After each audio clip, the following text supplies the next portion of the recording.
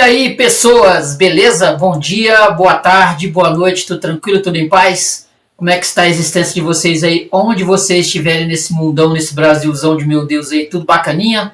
Tudo na mais perfeita maravilha? Como é que está a existência de vocês aí em São Paulo, Rio de Janeiro, Brasília, Bahia, Mato Grosso, Piauí, Rondônia, Acre, no Amapá, no Oiapoque, no Chuí, em Minas Gerais, em Belo Horizonte, em Salvador, na Bahia, no Rio Grande do Sul, no Rio Grande do Norte, onde você estiver nesse Brasilzão de meu Deus, muito obrigado, Brasilzão de Deus, nosso Brasilzão de Deus, onde você estiver nesse Brasilzão de Deus, muito obrigado por você estar aqui no canal Paulo Dharma 1970, canal Paulo Dharma 1970, você é sempre bem-vindo aqui, sempre, brasileiros que também moram fora do Brasil, que nesse momento estão morando aí na Argentina, no Paraguai, na Bolívia, no Equador, nessas Américas aí, né, na Guatemala, na América do Sul, na América do Norte, na América Central, né, em Santo Domingo, na Colômbia, na Guiana, né, brasileiro aí na Guiana Francesa, brasileiro no Suriname, onde você estiver, onde o nosso conteúdo chegar, muito obrigado se estiver fora das Américas, se estiver nesse momento aí na Europa, se estiver na França, se estiver em Portugal, brasileiros aí em Portugal, na França, na Espanha,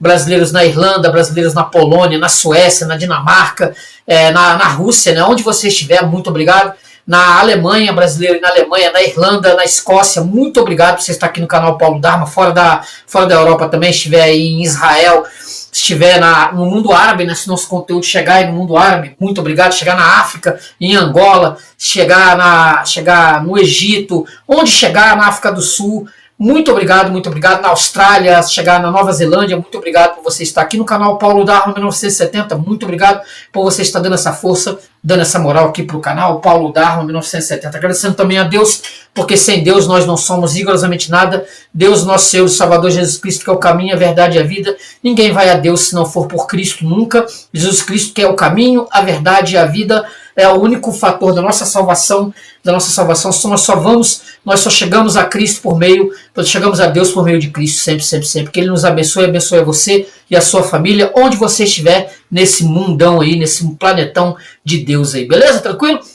Pedindo para você, né, curtir o vídeo, se inscrever no canal, curta o vídeo, se inscreva no canal, entra lá no Instagram, ó, Paulo Dharma 1970, @Paulo Dharma 1970 no Instagram, curta o vídeo, se inscreva no canal, compartilhe, comente, passa esse vídeo adiante para que outras pessoas tenham acesso aqui ao canal Paulo Dharma 1970, beleza? Tranquilo? Tranquilaço? Então eu vou ali pegar minha água, 10 segundos, vai passar aqui a vinheta do canal, 10 segundos, a gente volta aqui pro vídeo propriamente dito. Curta o vídeo, se inscreva no canal, você que não é inscrito no canal, curta o vídeo, se inscreva no canal, compartilhe, comente, passe esse vídeo adiante aí, tranquilo? Beleza? Então é isso, vou ali pegar minha água, a gente volta aqui em 10 segundos, só o tempo de ir ali pegar uma água e voltar aqui rápido, tranquilo? Então não sai daí, hein? Até já, valeu!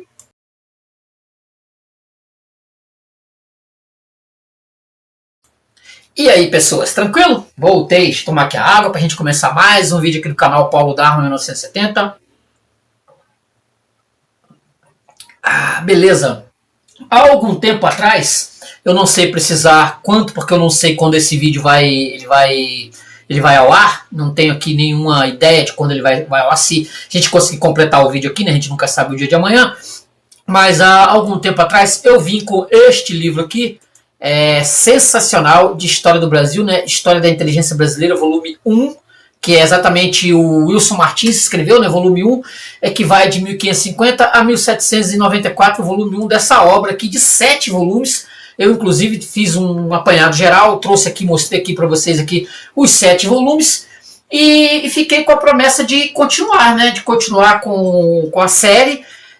Meu desejo realmente é de ler todos os 7 volumes, porque o material é denso, extenso pra caramba, contando a história do Brasil. É uma obra extraordinária, contando a origem da arte, né, da arte no Brasil, a origem de certas situações que existem no Brasil, mas a própria história do Brasil, muito bem contada nessa História da Inteligência Brasileira, e por conta disso, eu acabei me comprometendo, pensando nisso, eu fui atrás do volume 2 para ler, né? Pegar o volume 2 para continuar a leitura, que é exatamente isso aqui, História da Inteligência Brasileira, Wilson Martins, volume 2, 1794 a 1855, História da Inteligência Brasileira, Wilson Martins, volume 2, que vai de 1794 a 1855, portanto, aí cerca de 60 anos 60 anos de muita coisa acontecendo no Brasil nesse período. O primeiro volume pegou aí 200 anos, né, uns 200 anos, 200 e tantos anos, quase 300, nessa faixa. E esse aqui vai tratar apenas de 60 anos, porque muita coisa aconteceu aqui nesse período. É uma obra, como eu falei no primeiro volume, extensíssima, 7 volumes, vai contar aí até 1900, por volta de 1960, acredito eu, né, porque eu andei dando umas olhadas aí, como eu estou lendo livro a livro, então eu não tenho assim uma ideia da extensão. Só o primeiro e agora o segundo volume dessa História da Inteligência Brasileira, do Wilson Martins, que é uma obra realmente extraordinária, com poucos, tá? Olha que eu já bati o olho em muita coisa, em muito material, muito livro escrito sobre a história do Brasil, até aqui no livro ele vai citar alguns autores, como o próprio Pedro Calmon, né? Aqui, ó, História do Brasil, do Pedro Calmon, que eu tenho completo, tá vendo? Esse aqui é o do século XIX, do Pedro Calmon, que é a História do Brasil também, que eu gosto pra caramba, e esse aqui eu li todo. Olha, História do Brasil, tá vendo? História do Brasil completo. É uma material realmente rico pra caramba. Mas assim, igual a essa História da Inteligência Brasileira, realmente tô pra ver. Olha, o próprio outro material que eu tenho aqui, História do Brasil também, da Bloch, que também pega esse período, esse aqui, ó, que pega esse período que vai aí de 1794, vai logo depois da Revolução Francesa, a tal da Inconfidência Mineira, 1789, 1790, por aí, e vai também pegar todo o período que ultrapassa o primeiro governo do Dom Pedro I e depois o do Dom Pedro II, né? O Dom Pedro II. Olha aqui o José Bonifácio. Ó. É um material que ele é bom porque ele pega ele é todo cheio de quadros, as pinturas com as figuras da época. Então é uma obra realmente extraordinária. Mas como eu falei, igual essa História da Inteligência Brasileira, tô para ver, viu? Olha aqui, ó. Tô para ver algo parecido. Com o nível, né, o nível do texto, a contextualização, as obras, ele vai tratar com profundidade praticamente a literatura brasileira. Ele vai dar um apanhado geral, extraordinário, como poucos fizeram, tá? Eu até estava atrás do livro do Silvio Romero, que ele faz alusão ao livro do Silvio Romero, de História do Brasil. Eu tive em mão um sebo e eu perdi, por conta de algum problema lá, eu acabei não pegando um dos volumes de História do Brasil, de História da Literatura, do Silvio Romero, que eu acabei deixando para lá. Mas paciência, né? A gente não pode ganhar todas. Então esse livro de História da Inteligência Brasileira é um livro que se você resolver estudar com afinco, você vai ter um conhecimento extraordinário sobre os acontecimentos brasileiros e também tudo que rola. Vou mostrar depois os livros que ele cita aqui com mais, ele vai pegar aqui uma turma de livros aqui que são realmente o melhor que se escreveu nesse período de 60 anos, né? O Wilson Martins ele vai conceber a história da inteligência brasileira não como uma simples história da literatura, mas como uma história das ideias, das mentalidades e das formas de pensamento no Brasil, expressas sobretudo pela literatura, mas também pela política, pela filosofia, pelo jornalismo, pela historiografia, também pela medicina.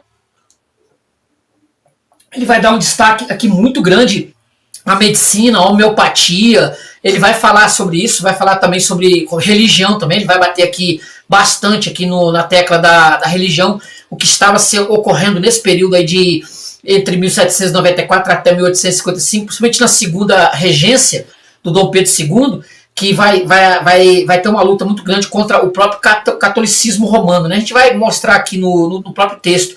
A inteligência aqui significa produção intelectual, consciência cultural, capacidade reflexiva da sociedade brasileira. Como é que esse país de informação,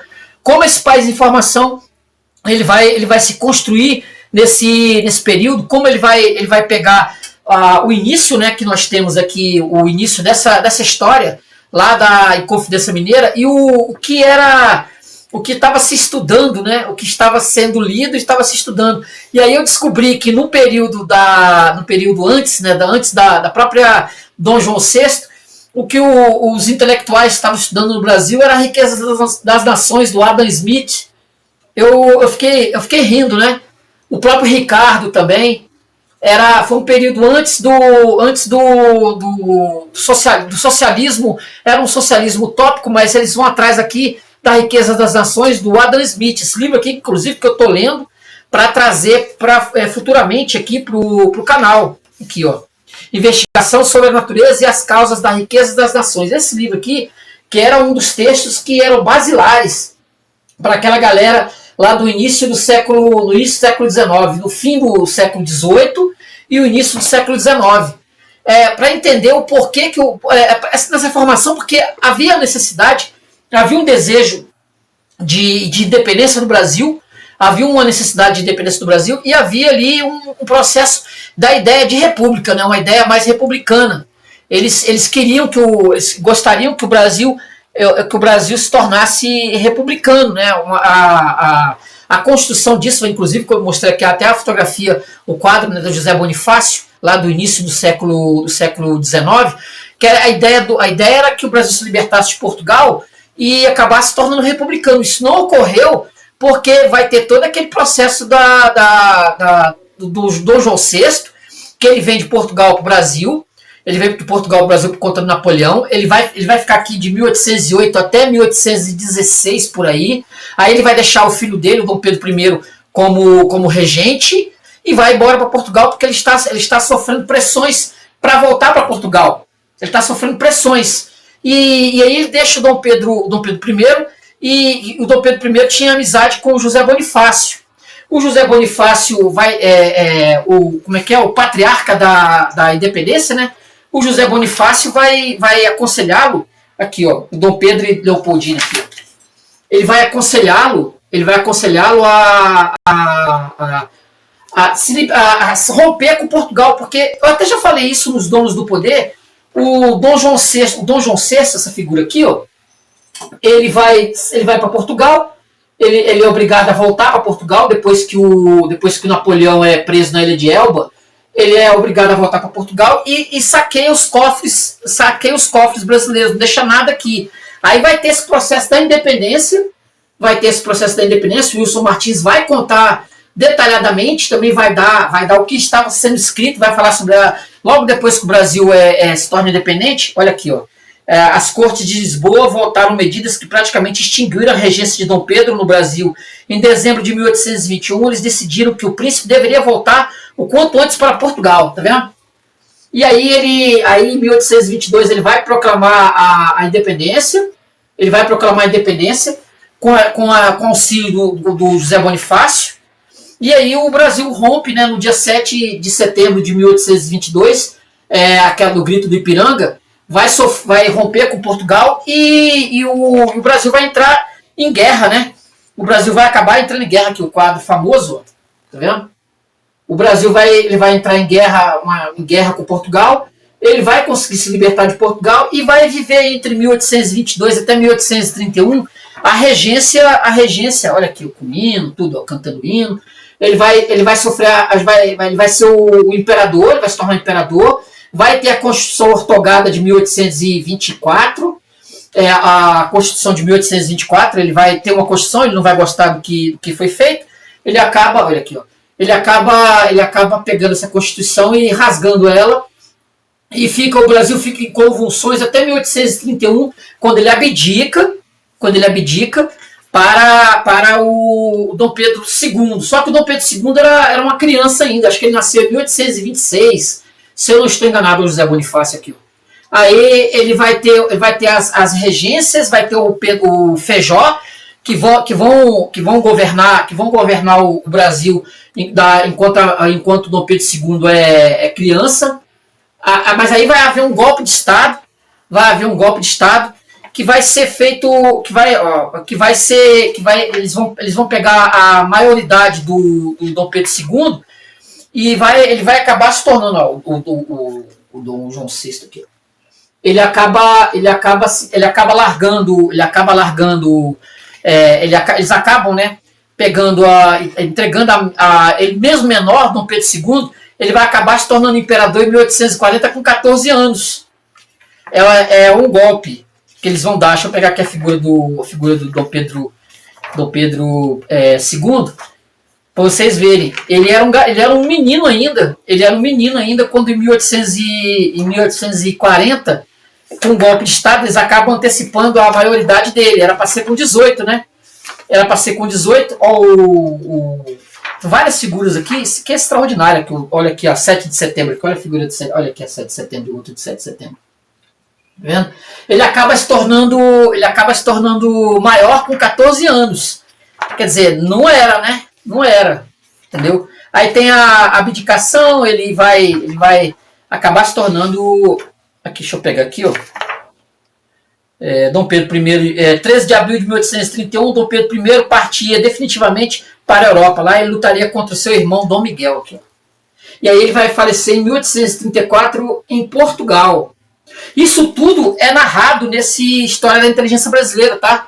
Todo esse desenlace, todos esses golpes, a imprensa, ele vai falar da imprensa, como é que é os jornais, vai falar do Correio Brasiliense, né, o jornal do sujeito que estava na Inglaterra escrevendo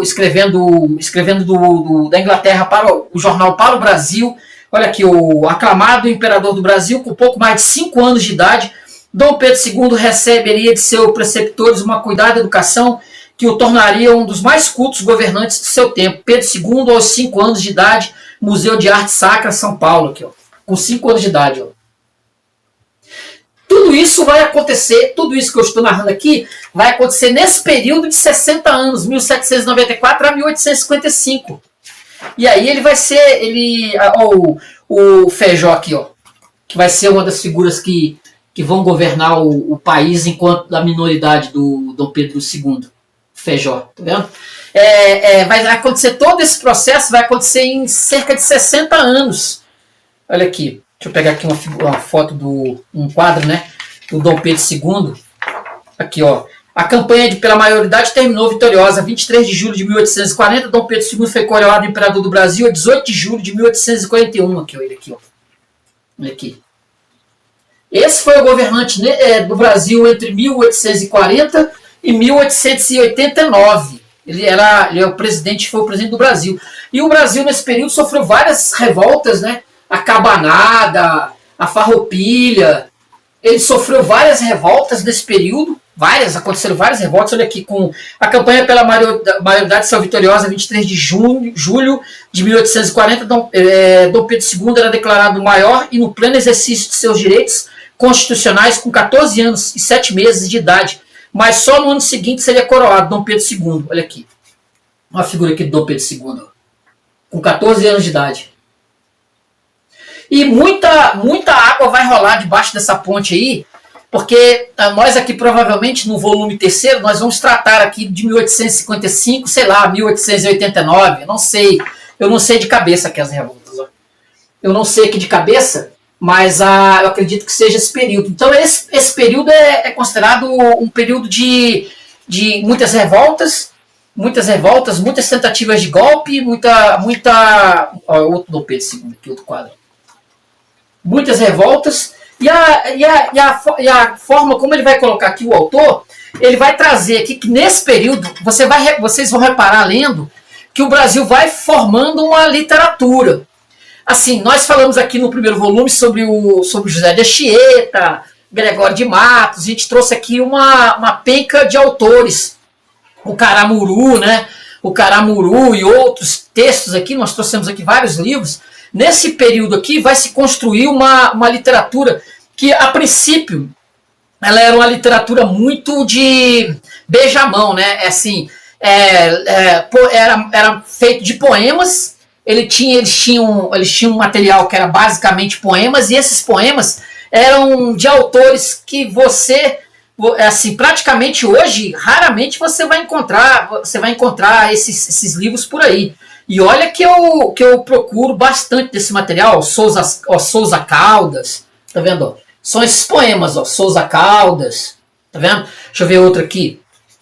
O próprio José Bonifácio, o patriarca da independência, ele era poeta também, tá vendo aí? Ó? Ser ou não ser, tá vendo? José Bonifácio também era um autor que cometia os seus poemas, né? Ó, Francisco Vilela Barbosa, Natividade Saldanha, todos poetas, todos que escreveram nesse período, tá? Escreveram nesse período, desse livro aqui, ó, Antologia de Antologias, de poemas, né? 101 poemas brasileiros revisitados. Então tem aqui poemas aqui de todas as épocas no Brasil, esse antologia de poemas, e tem uma seleção muito boa aqui dos poetas mais famosos, mas o interessante aqui é justamente a galera que não está aí, né? Que não está aí nos livros, né? Nos livros escolares. Eu já reparei que a galera que pega para estudar, geralmente eles pegam textos cascudos, né, para fazer vestibular, os vestibulares das universidades, etc. E esse livro aqui, ele dá um apanhado geral na poesia do período, de todo o período brasileiro, desde o início aqui, ó, Teixeira e Souza, tá vendo? Um período longuíssimo, né, de poemas, mas não só de poesia. A literatura brasileira ela vai se montando nesses 60 anos. Vai ter como o início, né? Vai ter como início de uma geração trazer o romantismo para o Brasil, o Gonçalves de Magalhães, esse aqui, ó, esse poeta aqui, ó, Gonçalves de Magalhães, tá vendo? Que eu não vou ler esse poema aqui, não vou ler. Gonçalves de Magalhães, procurem por aí, procurem na internet, Gonçalves de Magalhães. Esse Gonçalves de Magalhães, nascido em 1808, falecido em 1882, é conhecido como o homem que iniciou o romantismo no Brasil. Ele praticamente começa a história do romantismo no Brasil, tá aqui, ó, mais poemas dele, tá vendo? Ele vai iniciar o romantismo no Brasil, e nesse período vai ser, como eu falei, ele vai ter muita coisa assim, que o próprio Wilson Martins vai dizer que é abaixo da crítica, né? Ele vai contar que abaixo da crítica são textos fraquíssimos, até o Brasil pegar jeito, até ele pegar a forma, é muito complicado. Ó. O Joaquim Manuel de Macedo aqui com a harpa quebrada, ó. Inclusive, o Joaquim Manuel de Macedo é autor da Moreninha, né? Ó, tá vendo? A harpa quebrada. O Brasil se desvincula de Portugal, o Brasil se desvincula dos textos portugueses, a literatura brasileira ela busca um nacionalismo, ela vai buscar um nacionalismo aqui, vai buscar um contato com a nossa história, vai procurar escrever poesias indianistas, né? Quem vai começar a tratar com isso vai ser justamente o Gonçalves Dias, com a sua poesia lírica indianista. O Gonçalves Dias vai ser o homem que vai né, levar para frente essa ideia do romantismo. Ele vai morrer cedo, vai ser um dos que vão, daquela geração que vai morrer cedo, ele vai morrer num navio, né, o navio vai afundar. Ele estava vindo de Portugal para o Brasil, e acabou morrendo exatamente nesse percurso, né? O Ijuca Pirama, ó, o famoso texto dele. O Wilson Martins vai dar um resumo sobre esse Ijuca Pirama. Vai falar também, né, do Canção do Exílio também. Minha terra tem palmeiras, onde canta o sabiá, as árvores que aqui gorjeiam, não gorjeiam como lá. Quer dizer, Gonçalves Dias, que é um dos maiores, ó, Marabá, um dos maiores autores brasileiros de todos os tempos, poeta. Ele vai dar uma geral também no Memórias de um Sargento de Milícia, também, desse período.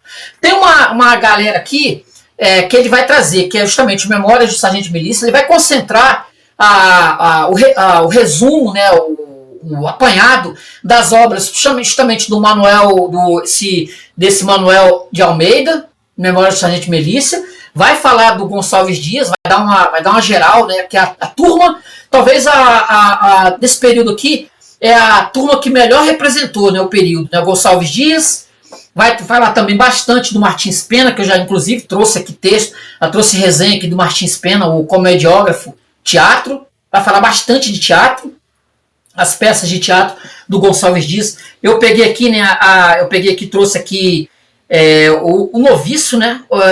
Tem o Noviço, a Família, a Festa da Roça. Eu trouxe aqui para o canal há um tempo atrás o Juiz de Paz da Roça. Procure aí no canal. Provavelmente eu devo deixar lá no final do vídeo eu devo deixar o card para a resenha desse Juiz de Paz da Roça. Tem o Sertanejo na Corte, tem a Família e a Festa na Roça, o Judas em Sábado de Aleluia, ele vai falar desses textos. O Diletante vai falar do Cacheiro da Taverna, vai falar de várias dessas peças que o Martins Pena, que morreu cedo também, ele escreveu e encenou também. Ele vai falar desse Martins Pena, vai trazer aqui o Noites na Taverna do Álvares de Azevedo, outro poeta que também morreu cedo, Macário. Noites na Taverna, a Lira dos 20 anos também, a Lira dos 20 anos, Noites na Taverna. Nesse livro aqui tem uma antologia dos poemas, né? Então, os poemas. Então aqui tem 2 poemas aqui que ele vai trazer aqui desse Álvares de Azevedo aqui, ó. Tristeza e Se Eu Morresse Amanhã. Aqui, ó. Tá vendo? Que é da Lira dos 20 anos. Tá vendo? Vou até ler esse poema aqui, para vocês terem uma ideia de como é isso aqui, ó. Se eu morresse amanhã. Se eu morresse amanhã, viria ao menos fechar meus olhos minha triste irmã. Minha mãe de saudades morreria se eu morresse amanhã. Quanta glória presinto em meu futuro, que aurora de porvir e que manhã eu perdera chorando essas coroas se eu morresse amanhã. Que sol, que céu azul, que doce nalva, acorda a natureza mais louçã. Não me batera tanto amor no peito se eu morresse amanhã. Mas essa dor da vida que devora a ânsia de glória, o dolorido afã, a dor no peito emudecer ao menos se eu morresse amanhã. Da Lira dos 20 anos dele. Bacana, né? Olha a tristeza dele, ó. Eu deixo a vida como deixo o tédio, do deserto o poento caminheiro, como as horas de um longo pesadelo que se desfaz ao dobre de um cineiro. Como um desterro de minha alma errante, onde fogo insensato a consumia, só levo uma saudade, é desses tempos que a amorosa ilusão embelecia. Só levo uma saudade, é dessas sombras que eu sentia velar nas noites minhas, de ti, ó minha mãe, pobre coitada, que por minha tristeza te definhas. Descanse em o meu leito solitário, na floresta dos homens esquecida, à sombra de uma cruz, e escrevam nela, foi poeta, sonhou e amou na vida. Esse é Álvares de Azevedo. Extraordinário, né? Com 20 anos de idade, tá, gente? Com 20 anos de idade, ele já era top na poesia. E temos aqui também a figura do Álvares de Azevedo. Isso aqui, ó. Álvares de Azevedo, extraordinário, que tem aqui nesse compêndio aqui, vai falar aqui vários materiais que ele escreveu. Vai falar da Moreninha, né? Vai falar de alguns capítulos aqui da Moreninha, do Moço Loiro, e vai uma paixão romântica. Esses 3 textos que estão aqui de forma resumida aqui nesse material aqui, o Moço Loiro aqui, ó. Aqui, ó.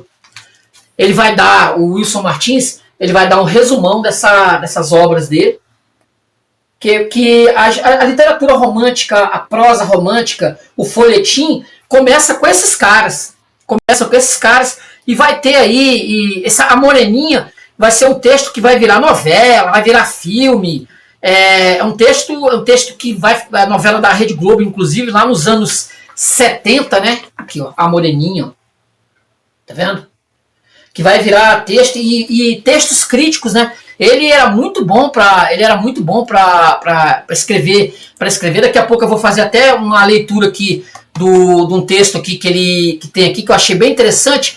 Vou até fazer uma leitura da resenha que o Wilson Martins escreveu de um texto desse Joaquim Manuel de Macedo, muito bom mesmo, que eu até me prometi ler esse material. Se eu achar, né? Se eu achar, porque não são textos fáceis, não são textos simples. Então nós temos esse período, como eu falei, são períodos assim revolucionários. O Brasil tá atravessando, né, vários processos aqui, né?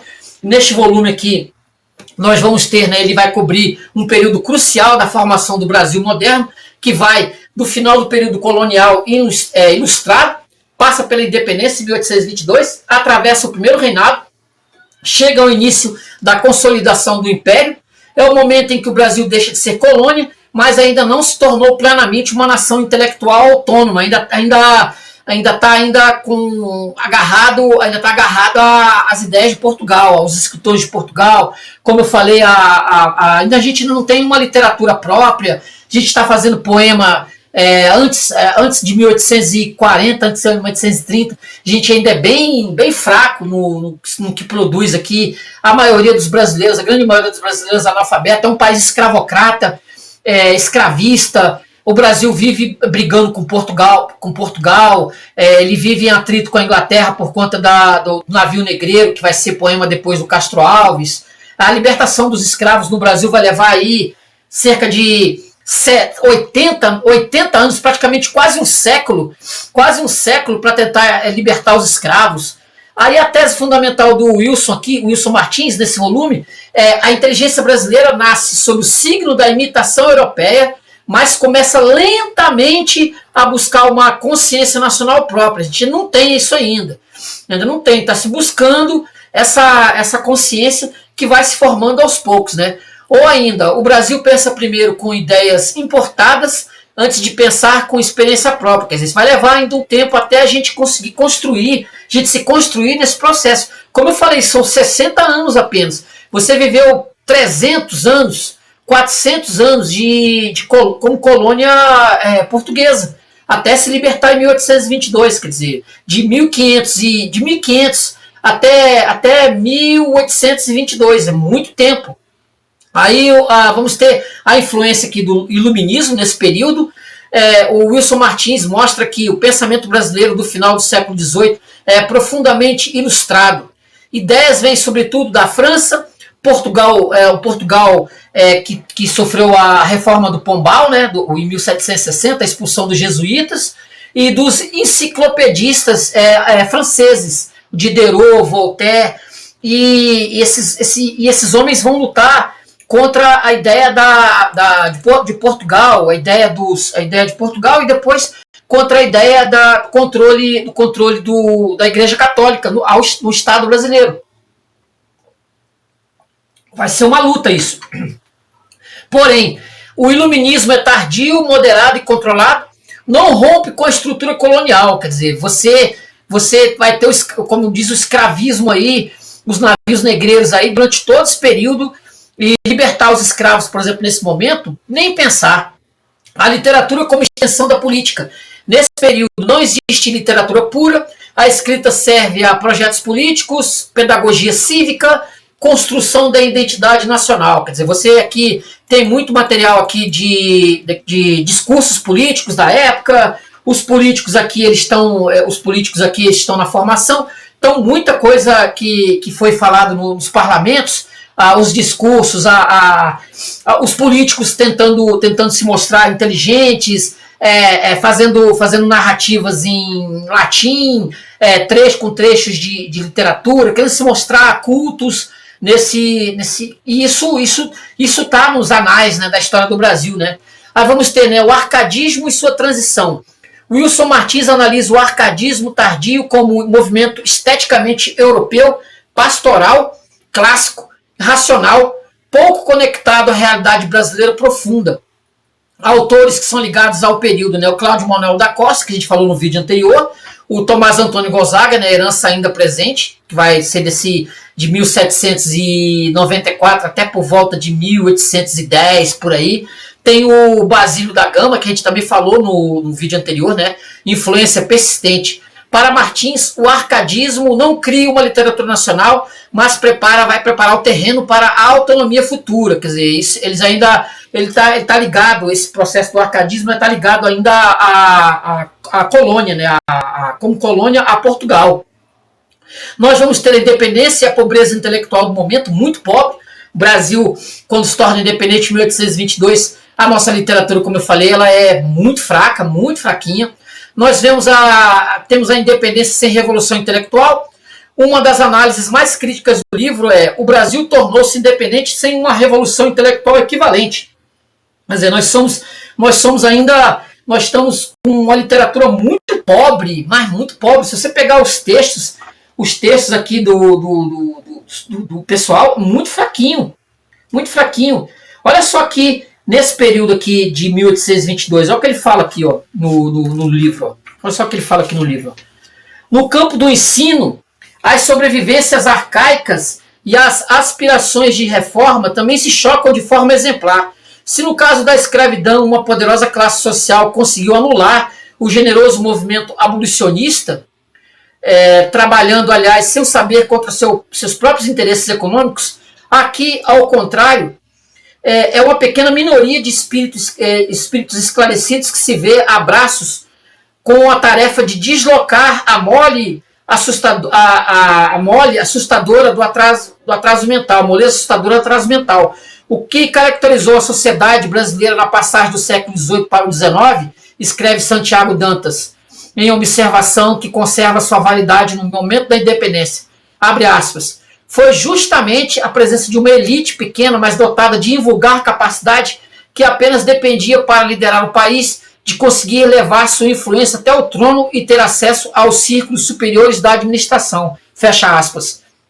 É preciso acrescentar, entretanto, que à época de Pedro I, o trono era substancialmente muito mais liberal do que a elite política e, com certeza, muito mais do que os grupos que passaram a dominar a vida do país logo depois da abdicação. Seja como for, declarava o imperador ao instalar a Constituinte de 1823, vai falar aqui, né? Que se deu nesse processo aqui. Ele vai falar aqui, ó.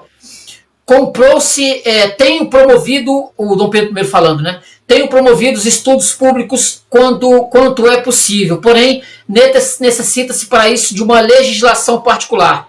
Fez-se o seguinte: comprou-se para engrandecimento da biblioteca pública uma grande coleção de livros dos de melhor escolha. Aumentou-se o número de escolas e algum tanto o ordenado de seus mestres, permitindo-se, além disso, haver um sem número delas particulares. Conhecendo a vantagem do ensino mútuo, também fiz abrir uma escola pelo método lancasteriano. Além disso, a Estatística Intelectual do Brasil, publicada pelo antigo Departamento Nacional de Estatísticas, revela que a partir de 1821, cuidado especial foi reservado à organização e aperfeiçoamento do ensino médio, sendo numerosas as decisões referentes à sua estrutura. Foi logo sentida igualmente a necessidade de instituir uma filosofia da educação, como se deduz do projeto apresentado à Constituinte. Será reputado benemérito da pátria e, como tal, condecorado com a Ordem Imperial do Cruzeiro ou nela adiantado, se já tiver, aquele cidadão que até o fim do corrente ano apresentar à Assembleia o melhor tratado da educação física, moral e intelectual para a mocidade brasileira. Eles vão tentando, o Brasil, né, como eu falei, ele vai tentando se formar, né, nesse período, ele vai tentando se montar nessas estruturas, né? Ele vai tentando aí se encontrar. O Brasil era muito... o nascimento aqui, nós não temos aqui, né? Nós não temos aqui um princípio recorrente que faça com que o Brasil, ele, ao contrário dos países que não são latinos, os anglo-saxões, aqui o que nós recebemos aqui de Portugal, nós falamos isso no vídeo anterior, né? Nós recebemos muita pouca coisa aqui, é fraco demais. Fraco demais. Nós não tínhamos aqui liberdade de imprensa, nós não tínhamos aqui literatura, livros, os livros eram censurados. Então tudo isso vai resvalar aqui num país praticamente de analfabetos. As grandes figuras brasileiras, eles estavam na Europa.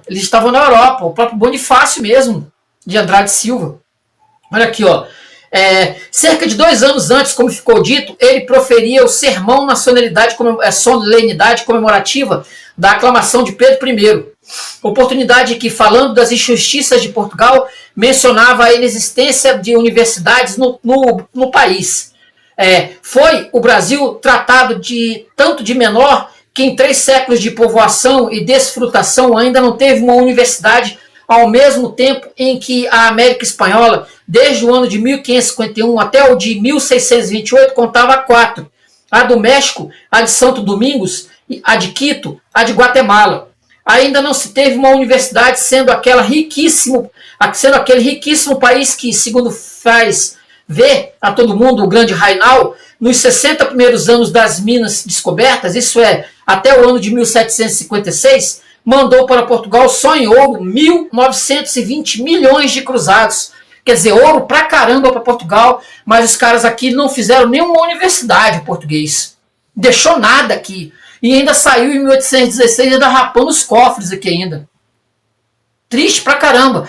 Então a reclamação é exatamente essa. Ó. Aqui, ó. Realmente, o desaparelhamento cultural do país no momento da independência era tanto mais escandaloso quanto as medidas tomadas durante o reinado de Dom João VI o faziam ressaltar com evidência maior.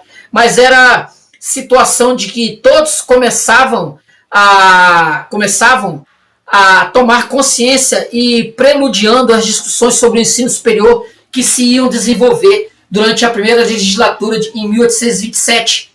O próprio governo manifestava algum interesse pelo problema. A decisão número 202, de 20 de setembro de 1824, por exemplo, aprovava o plano para a criação de uma biblioteca na vila de São João del Rei. Tudo isso aqui está sendo narrado, ele tirou dos livros do Pedro Calmon, da História do Brasil, volume 5, que é esse que eu tenho aqui. Exatamente esse que eu tenho aqui. Ó. Ele está narrando essa questão do Brasil não ter ainda uma universidade, né? Não ter universidade, não ter nada. A rapelagem, né? Portugal, ele veio aqui e rapelou tudo que ele podia. Tudo que ele podia levou para Portugal. E não deixou nada aqui. Nada. Então ele vai falar isso aqui. Ele vai contar aqui como se deu isso, né? Como o Brasil foi muito diferente, por exemplo, como dos países anglo-saxões. Nós aqui estávamos sujo e mal pago, né? Como se diz, né? A independência e a pobreza intelectual, né? O Martins vai apontar, né, a ausência de uma burguesia intelectual forte, uma elites formadas em Coimbra, continuidade mental do período colonial, diferente da França e dos Estados Unidos, a independência brasileira foi administrada, administrativa, né, não ideológica, quer dizer, a gente teve uma independência meramente administrativa, a gente não teve aqui, como foi lá na própria Constituição de 1776 dos Estados Unidos, intelectuais, nós não temos uma formação puritana. Nós tivemos aqui ensino jesuítico nesse período de 300 anos. Nós não tivemos aqui reformados, protestantes. O que mandou aqui no Brasil nesses 300 anos foi uma educação católica, portuguesa. E o que sobrou disso, no final das contas? Mas mesmo com a formação católica nos países de língua espanhola, que é aqui das Américas, se teve construções de universidades. Mas Portugal nem isso colocou aqui. Nada, ele não deixou nada aqui para nós, nada, não construiu escolas, não construiu universidades, não deixou nada, zero, só roubou e levou para fora, só isso. Aí vamos ter, né, aqui no livro, o romantismo como projeto nacional. O romantismo não apenas literário. O Wilson Martins interpreta o romantismo brasileiro como um projeto de fundação nacional, uma tentativa consciente de criar mitos. Aqui, né, vamos ter aqui as figuras do Álvares de Azevedo, né? Mitos, heróis, paisagens simbólicas. Quer dizer, você vai ter aqui no Brasil essa construção, essa tentativa de construção, né, nessa poesia lírica, nessa construção poética, criar uma mitologia brasileira, né? Criar dentro da literatura uma história brasileira, né? Aí vamos ter, como eu falei aqui, autores centrais, o Gonçalves de Magalhães, que eu mostrei, né, fundador do romantismo no Brasil. Ele é mais importante como teórico do que como poeta, a poesia dele é muito fraca. Vamos ter o Gonçalves Dias, que eu também falei, né, o Gonçalves Dias, primeiro grande poeta nacional, indianismo como mito fundador, vai ter a tensão entre exílio e identidade. Para Martins, Gonçalves Dias é o primeiro a sentir o Brasil como problema intelectual. Ele vai pegar o Gonçalves Dias, vai contar a história dele e vai ver como o Brasil foi se formando aí por meio desse material, né? Vamos ter também aqui no livro a imprensa, um ensaio, a crítica. O livro vai destacar o papel dos jornais, dos panfletos, dos discursos políticos, como eu disse, vai ter os que os políticos falam, né, nos plenários da Câmara no Rio de Janeiro. Vai ter discursos políticos, tem de tudo. Vamos ter a inteligência brasileira que vai nascer mais no jornal do que no livro, mais no debate público do que na reflexão sistemática. Quer dizer, quem vai construir esse Brasil aqui de início aqui vai ser provavelmente os políticos, né? Aqui vai ser legal que o livro ele vai trazer aqui um autor que eu gosto bastante, que é o Joaquim Nabuco, né? Ele vai pegar aqui do Estadista do Império, desta obra aqui, ó, que eu estou devendo trazer pro canal, porque eu li 2 volumes, está faltando terminar um, né? Um Estadista do Império, do Joaquim Nabuco, contando as histórias do pai dele, né? O pai dele, que era uma figura eminente do Império, morreu em 1872, o Nabucco pai. Ele vai trazer a história do pai e vai trazer também como o Brasil foi se formando nesse processo. Aqui, ó, essa edição que eu tenho aqui, antiquíssima, né? Ela tem uma edição mais nova por aí. Essa aqui, ó, Joaquim Nabuco, Sua Vida, Suas Opiniões, Sua Época. Nabuco de Araújo, o pai do Joaquim Nabuco, tá vendo?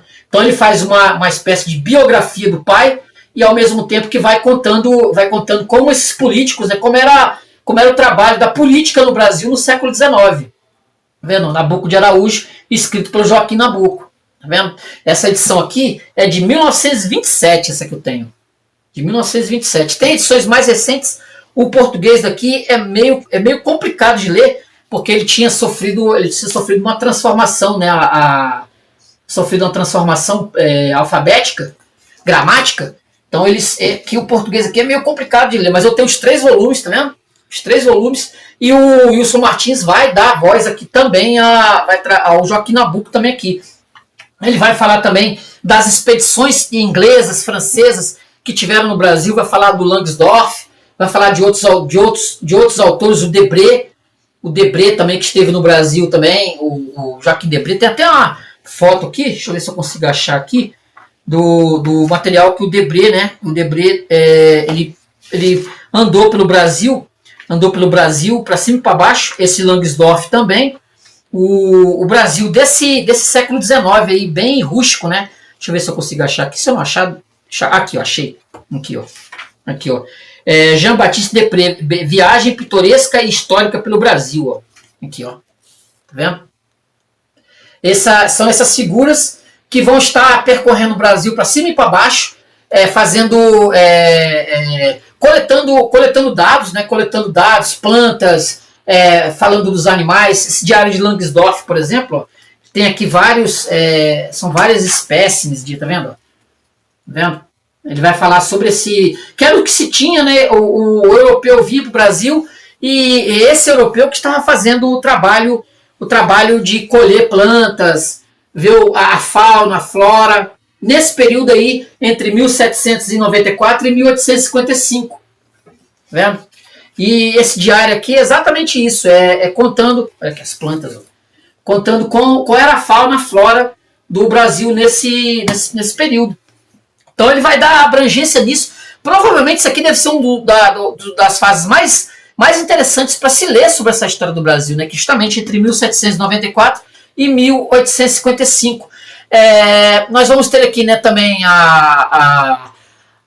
o Brasil do período de 1794 e 1855 não desenvolveu uma filosofia própria, não há sistemas filosóficos, o pensamento é retórico, jurídico, literário, a universidade é inexistente, como eu falei, não existe universidade nesse período. Isso marca profundamente a formação intelectual brasileira, quer dizer, como é que você educa um povo, você não tem as escolas ainda, a pedagogia está ainda em formação, não tem universidade, não tem nada, entendeu? Vamos ter também a escravidão e silêncio intelectual. Martins chama a atenção para a naturalização da escravidão, o quase silêncio crítico das elites intelectuais, um dos lados obscuros do período. A inteligência brasileira cresce convivendo com a escravidão sem enfrentá-la frontalmente. Quer dizer, você vai ter livros, né, que vão começar a fazer uma crítica a essa escravidão, a esse período medonho, né, do Brasil, esse período medonho, que só vai acabar em 1889, quer dizer, 1888. Quer dizer, vocês calculam aí que todo mundo no mundo, todos no mundo já tinham libertado seus escravos, né? No mundo ocidental, né? No mundo para lá eu não sei, mas no mundo ocidental já se tinha libertado os escravos. Só o Brasil que ainda ficava enrolando e só foi libertar em 1888, 13 de maio de 1888. Entendeu? Tem um livro muito interessante, que eu também quero ler, que é exatamente esse livro aqui que eu vou mostrar aqui a figura para vocês, ó. Esse livro aqui eu gostei muito da ideia, né? Da ideia de como se forma, né? Como o Brasil ele vai sendo. Deixa eu ver se eu consigo achar ele aqui para pegar aqui. Como o Brasil ele vai se montando, né? Deixa eu pegar aqui, botar aqui, ó. é esse aqui, ó. Esse livro aqui, que é do Joaquim Manuel de Macedo, que eu achei bem interessante. Deixa eu diminuir ele aqui. Deixa eu pegar aqui. Ai, ai, ai. Deixa eu pegar aqui, deixa eu ver se eu consigo colocar. Pra ficar bacaninha. O livro é esse aí, ó. A Carteira do Meu Tio, do Joaquim Manuel de Macedo. Esse livro que eu achei interessante. Não conhecia. Lendo aqui na própria obra aqui do Wilson Martins, eu fiquei interessado com o livro, que é exatamente isso aqui, ó. Olha só, outro panfleto político devastador, A Carteira do Meu Tio, de Joaquim Manuel de Macedo, trata-se de uma sátira alegórica à conciliação e à vida política em geral, na qual, segundo o autor, apenas podiam triunfar os incompetentes e os protegidos. Podemos encará-la como um novo peregrino da América, The Pilgrim, né? Dessa vez no plano da vida pública e nas perspectivas do século XIX. Segundo a ficção imaginada, o tio do narrador só concorda em que o sobrinho se torne político se antes viajar pelo Brasil para adquirir experiência e conhecer-lhe os problemas. A viagem será feita em companhia de uma defunta que deve levar permanentemente junto ao peito e que está enterrada no jardim sob o epitáfio: aqui jaz quem nunca viveu. Aberto o caixão, verifica-se que é a Constituição do Império. Diz o tio: eis aí, pois, a Santa Mártir, meu sobrinho. Quando ela nasceu, um povo inteiro saudou-a como a fonte inesgotável de toda a sua felicidade, como um elemento poderoso de sua grandeza futura. Pobre Marte, não a deixaram nunca fazer o bem que pôde, apunhalaram-na ainda hoje todos os dias, e entretanto cobrem-se com seu nome. O moço deve também levar uns livrinhos, os filhinhos da bela moça, são as leis do Império. O Império parte, pois, em viagem, o herói parte, pois, em viagem, e as suas principais reflexões ocorrem a propósito das péssimas condições da estrada. Ficou, em consequência, para mim, demonstrado que o presidente da província não tinha amigo nem compadre, e a quem visitasse uma vez ou outra ali por aqueles lugares. Caindo com o cavalo no atoleiro, ele entra em conversa com um desconhecido que se encontrava à beira da estrada. Vem a saber tratar-se de um amigo de seu tio que o for encontrar e que se chama Paciência, e que afirma a inutilidade das assembleias provinciais, cujas leis os presidentes não cumprem. A única solução seria o voto livre, porque então os políticos sentiriam responsáveis perante o eleitorado. Diz-lhe então o sobrinho: o senhor me está parecendo um pouco republicano. Olé, também é moda falar assim. Hoje em dia, quem não jura nas palavras dos ministros e de seus primeiros agentes recebe logo o diploma de republicano. O livro, segundo ideias conhecidas e constantes de Macedo, é também uma sátira da hipocrisia social e do poder do dinheiro. Se Talleyrand fosse brasileiro e do nosso tempo, exclama o personagem, já teria sido Saquarema 5 ou 6 vezes e Luzia outras tantas. Mas havia de encontrar competidores de Barrete fora. Paciência e o sobrinho prosseguem Paciência e o sobrinho prosseguem viagem depois que este último contorna o atoleiro em lugar de tentar atravessá-lo em linha reta. No caminho encontram uma casa de colonos, os Farroupilhas, incendiada pelo proprietário da fazenda, que é o delegado da polícia local. Era a sua maneira de punir o trabalhador que se recusara a votar na chapa do governo. Mais adiante, na casa do inspetor de quarteirão, uma criança aprende a ler, soletrando alto a Constituição. Artigo 179, parágrafo 7. Todo cidadão tem em sua casa um asilo inviolável, etc. Macedo propõe então a seguinte definição da Carta Magna. Abre aspas. A Constituição é um poema em 8 cantos, contendo 169 estrofes de metrificação variada, e como todas as composições poéticas e de literatura amena, serve bastante para entretenimento das horas vagas. Fecha aspas. Quanto à conciliação política, seu único fim é encher a barriga. Ao dormir, o herói tem um sonho espantoso. Em uma palavra, tanto se foi exaltado e abrasando o meu espírito que acabei por ficar de todo fora de mim, e em último resultado, tive uma visão. Pareceu-me que me achava em um lugar tão alto que me considerei transportado ao mundo da lua, ou pelo menos encarapitado em cima da pedra do Corcovado.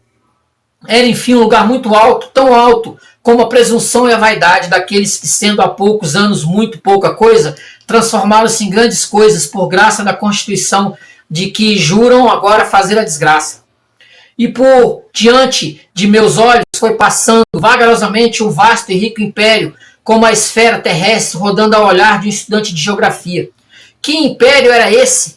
É o que não posso assegurar. Parecia-se com o império do Brasil como as duas mãos de um homem, de um mesmo homem. Vi grande parte do corpo andando de pernas para o ar, donde conclui que no tal império estava se dando o caso do mundo às avessas. Vi a impudência em pé, o servilismo de cócaras, o mérito atirado nos cantos. Vi a imoralidade política vestida de casaca e a honra coberta de farrapos. Vi a corrupção armada de uma espada de ouro espatifando grandes bandeiras. Vi o predomínio do individualismo substituindo a luta dos princípios e o poder das ideias. Vi a mentira e o sofisma. Vi renegados zombando dos crentes. Vi uma magistratura pedinchando ao governo. Vi a liberdade do cidadão à mercê dos beleguins, etc, etc. Nessa ficção, como é natural, todos os personagens têm nomes alegóricos. Assim, o hoteleiro que adere a todos os governos chama-se Constante, e o paladino do progresso material, que Macedo encarava com desconfiança, seja por arcaísmo de espírito, seja por desconfiar do materialismo dinheirista em que se fundava, respondia pelo apelido de Engodo. Esse último surgiu, de repente, conduzindo uma procissão imensa. Logo atrás do senhor Engodo marchavam um grande número de raparigas, todas elas irmãs e primas, umas das outras, e cada qual mais namoradeira e provocadora. Chamavam-se as senhoras Empresas, e cada uma trazia a sua bandeirola com a competente divisa. Em uma bandeirola lia-se Estrada de Ferro, em outra, Navegação a Vapor, em outra, Companhia de Iluminação a Gás, em outra ainda, Colônias, e assim por diante. Aplaudia-se muito a estas senhoras, e com razão, porque apesar de namoradeiras e provocadoras, elas prometiam a todos favores, melhoramentos e inegável progresso ao vasto império, mas sucedia ao mesmo tempo uma coisa diabólica por causa delas. Apercebidos de que o povo estava festejando entusiasmado as tentadoras raparigas, uns poucos de figurões de grandes fardas bordadas arrancavam das mãos do incauto povo preciosos tesouros que ele, mais zeloso, devera saber guardar. Era provavelmente o anverso inevitável da medalha chamada Mauá, assim como a mocetona Dona Agiotagem corria pelo meio do público gritando: ações, ações, ações! Assinale-se de passagem esse primeiro encilhamento que precedeu de muito o republicano e que tantos especialistas atribuem apenas às imprudências financeiras de Rui Barbosa. Aí, então, de resto, as raízes da grande crise financeira em que o próprio Mauá será tragado e destruído. Claro, a hipocrisia, a imoralidade, a traição, o escândalo, a covardia também tomam parte na brilhante procissão, enquanto o herói desperta de repente no momento preciso em que, segundo parece, ia começar a revolta dos espoliadores infelizes. A sátira continua por aí além.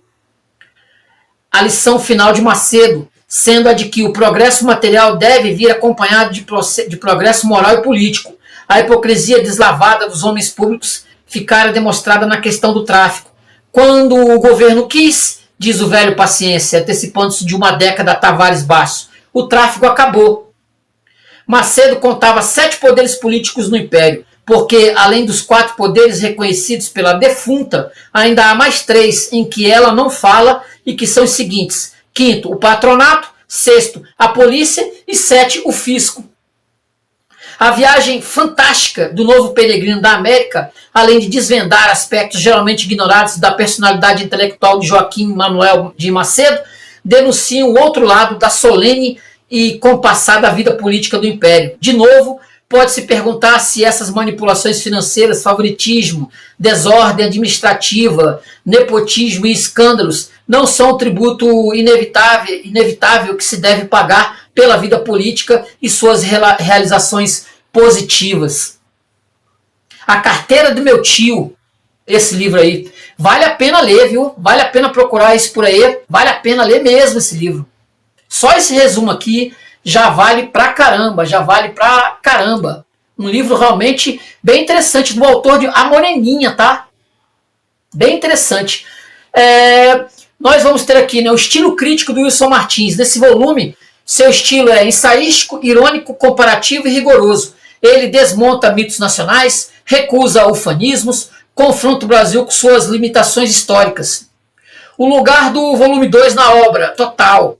Esse volume representa a infância problemática da inteligência brasileira, o momento em que surgem perguntas, mas faltam instrumentos teóricos para respondê-las. Ele vai ter aqui grandes homens aqui escrevendo história do Brasil, bem interessante aqui. Esse volume vai preparar o terreno para o realismo, vai preparar o terreno para o Machado de Assis e a maturidade crítica do século XIX, que vai ser depois disso aqui, provavelmente. Eu até trouxe aqui outro livro aqui, que eu quero também trazer aqui para o canal, que é esse aqui, ó. Os Construtores do Império, do João Camilo de Oliveira Torres. Esse livro aqui, ó. Bem interessante, tá? Bem interessante. Que vai dar um panorama aqui. Vai dar um panorama aqui, que isso aqui é escrito por volta de 1920. Vai dar um panorama aqui de como, né, foi se formando essa elite política brasileira que nós temos hoje aí, né? Também, ó. É um livro interessante que eu consegui arrumar. Contando, né? Vai ter aqui Joaquim Nabuco, vai ter aqui tudo aqui, né? Tudo falando aqui sobre esse período, a vida partidária no Império, tá vendo? Que é o que o Wilson Martins também vai dar bastante aqui nessa história da inteligência brasileira. Vai dar bastante isso aqui, muito mesmo.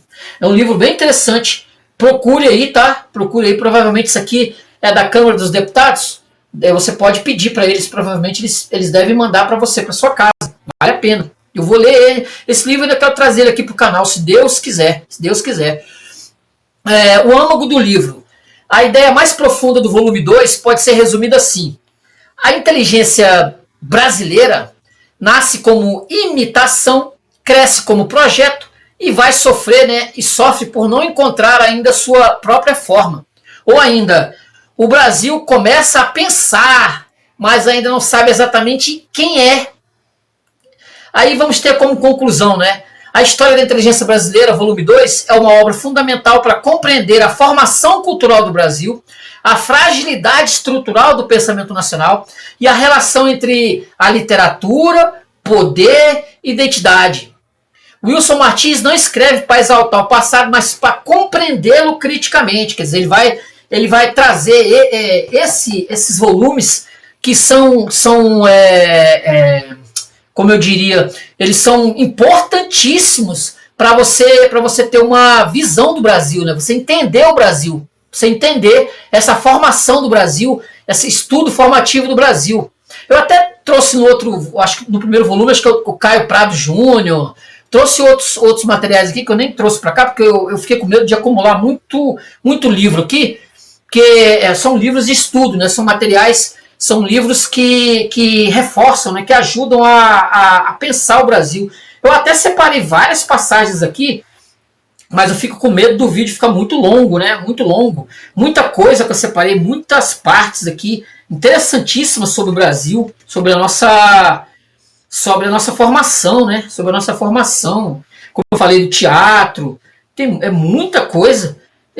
Que vale a pena você ler e estudar. Quer dizer, eu dei um apanhado geral aqui para você se interessar e ir atrás, né? O pensamento social do romantismo. Aí ele vai falar aqui sobre as estruturas do romantismo, como foi essa formação que eu falei, né, do Gonçalves Dias, como esse foi formando esse romantismo, né? Esses textos, ó. Vai falar do folhetim, ó. O folhetim é o romance dos acasos matematicamente programados de tal forma que a sua sucessão no momento e no lugar próprios resulte na vitória final dos sentimentos morais. Forçosamente, o bom novelista de folhetim é também o mestre da surpresa e da interrupção angustiante. Nessas perspectivas, o estilo propriamente dito importa pouco ou nada, porque o autor de folhetim não se preocupa com escrever bem, preocupa-se com descrever bem a substância do romance, estando não na literatura, mas nas peripécias. O puro prazer estético é suspeito para o público romântico, ao contrário do que tanto se afirma, e só se aceita no plano do devaneio poético. A grande literatura é, por definição, um ensinamento moral. Podemos dizer também, né, resumir aí, que a literatura brasileira do século XIX ela é exclusiva da época. Ela narra sua época, quer dizer, ela não está pensando no futuro. Nenhum texto brasileiro você vai ler romance, etc., tem nenhuma busca pelo futuro. Ele está fazendo você pegar José de Alencar, pegar toda essa galera, principalmente nesse período aqui, eles estão trabalhando somente com o presente. Folhetim, né? Estão trabalhando com o que os autores estavam enxergando. É como aqui no Memória do Sargento de Milícias, né? Cadê o Memória do Sargento de Milícias? Que é exatamente esse tipo de texto. Quer dizer, o autor, ele jamais ele vai estar pretendendo, não sei onde foi que eu coloquei, Memória do Sargento de Milícias, ele não está pretendendo escrever o futuro aqui, o Memória do Sargento de Milícias. Esse texto aqui que ele vai dar um resumo. Eles não estão pretendendo escrever o futuro. Eles escrevem sobre aquele momento, um pouco do passado e um pouco do presente. Eles fazem essa junção, mas não estão interessados em falar que vai ser o Brasil lá para frente, daqui a 100 anos, 150 anos. Não há nada disso nessa literatura escrita no século XIX por brasileiros. Tanto aí os poemas quanto os folhetins, né, os romances. Né. É um material interessante. Esse livro, esse História da Inteligência Brasileira, é um material interessante, vale a pena. Vou buscar aí o terceiro volume, vou buscar aí trazer o terceiro volume futuramente, trazer aqui pro canal. Quer dizer, eu quero ter esse buscar isso, né? Eu quero buscar esse material, trazer ele aqui para cá e a gente adentrar aí num processo aí mais para frente, né? Trazer aí, vamos aí avançar